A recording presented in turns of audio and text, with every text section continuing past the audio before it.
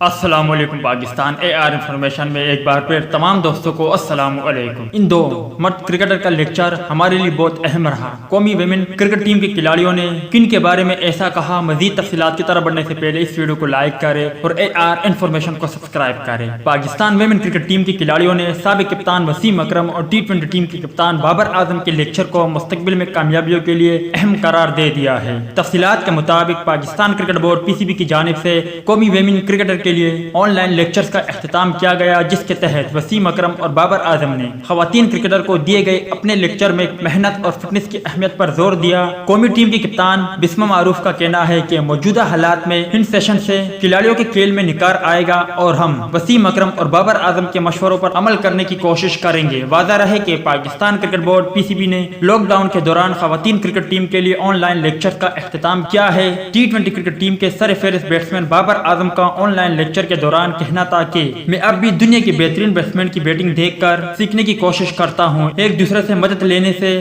کھیل میں بہتری آتی ہے۔ تو دوستی یہ تھی پاکستان وومن ٹیم کے کھلاڑیوں بابر اعظم اور وسیم اکرم کے حوالے سے کچھ اپڈیٹ۔ امید کرتا ہوں آپ کو پسند آئی ہوگی۔ اس اپڈیٹ کے متعلق اپنی رائے کا اظہار کمنٹ باکس میں ضرور دیں۔